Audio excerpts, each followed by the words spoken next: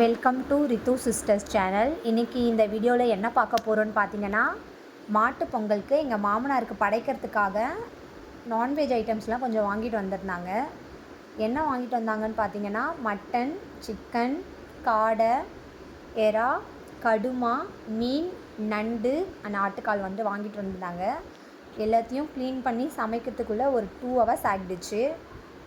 ஃபைனலாக வந்து பார்த்திங்கன்னா ரெடி பண்ணிட்டோம். எறா தொக்கு பண்ணியிருந்தோம், சாதம், மட்டன் பாயா பண்ணியிருந்தோம். எல்லா ஐட்டம்ஸும் வந்து டேஸ்ட் பண்ணாமல் தான் பண்ணியிருந்தோம், ஆனாலும் நல்லா தான் வந்திருந்தது. மட்டன் பிரியாணி சீரக சம்பாவில் பண்ணியிருந்தோம், மாமியார் பண்ணாங்க. நண்டு வறுவல், கடுமா தொக்கு பண்ணியிருந்தோம். கடுமா தொக்கு தான் எனக்கு ரொம்ப பிடிச்சிருந்தது, நல்லா வந்திருந்தது. எல்லாருமே கொஞ்சம் நல்லா தான் இருக்குது அப்படின்னு சொன்னாங்க சாப்பிட்டுட்டு. சிக்கன் 65யும் காடை 65யும் பண்ணியிருந்தோம். ஃபிஷ் ஃப்ரை பண்ணியிருந்தோம். முட்டை வந்து கம்மியாக தான் பாயில் பண்ணியிருந்தோம், ஏன்னா அவ்வளோ யாரும் சாப்பிட மாட்டாங்க.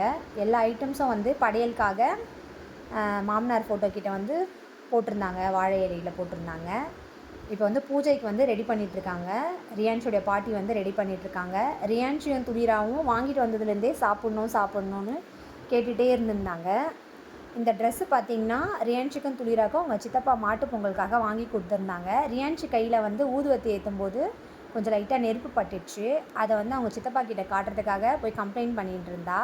அப்புறம் சரியாயிட்டா, ஜாலியாக கொஞ்சம். மாமியார் வந்து இப்போ ஆரத்தி காமிச்சிட்டு இருக்காங்க. மாமனார் ஃபோட்டோக்கு வந்து இப்போ ஆரத்தி காமிச்சிட்டு இருந்தாங்க. அவங்க காமிச்சு முடிச்சதும் ரியான்ஷியும் துளிராவும் வந்து அவங்க தாத்தா கிட்ட வேண்டிகிட்டு இருந்தாங்க. கொஞ்சம் நேரம் ப்ரேயர் முடிச்சதும் 1 by 1 நாங்கள் எல்லோரும் ஆரத்தி காமிச்சிட்டு சாப்பிட்றதுக்காக வெயிட் பண்ணிகிட்டு இருந்தோம். ரியான்ஷியும் துளிராவும் அவங்க பாட்டிக்கிட்ட வந்து காலில் விழுந்து ஆசீர்வாதம் வாங்கியிருந்தாங்க. அங்கேருந்து நாங்கள் சாப்பிட்டுட்டு கிளம்பிட்டோம். இந்த வீடியோ உங்களுக்கு பிடிச்சிருந்தா மறக்காமல் சப்ஸ்கிரைப் பண்ணுங்கள்.